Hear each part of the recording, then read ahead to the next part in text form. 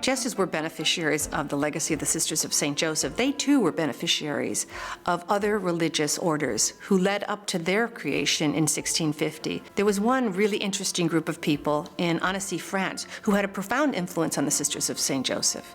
St. Jean de Chantal and St. Francis de Sales were working together, and they were looking for ministries 50 years before our sisters came together that would allow women to serve more actively in the community. That was unheard of at the time. In the 16th century, you have the Protestant Reformation unfolding in Europe.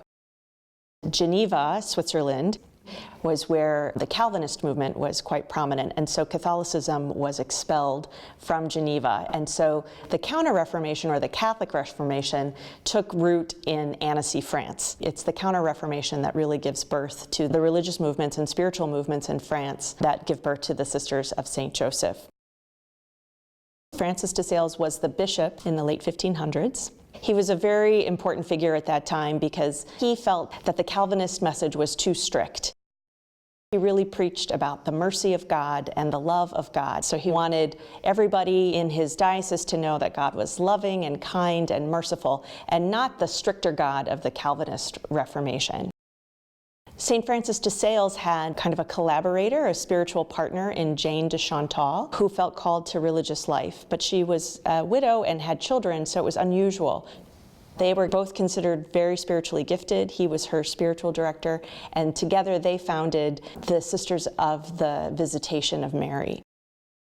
Francis de Sales and Jane de Chantal were envisioning the founding of a women's religious community. They wanted it to be more active than sisters would have been at that time. In fact, nuns at that time only were in the cloister and were not active the way we know sisters to be today. And so the nuns of the Visitation were meant to offer charity to the poor, to educate women, and to offer health care.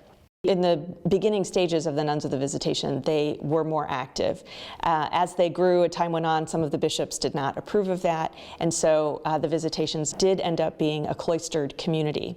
But Francis de Sales really believed in this model, and it was about 50 years later that some of the disciples of St. Francis and other church leaders who admired St. Francis knew about his model of having women serve in the community, and that's what gives rise to the Sisters of St. Joseph being out of the cloister. So the Sisters of St. Joseph trace our roots to St. Francis de Sales and Jane de Chantal.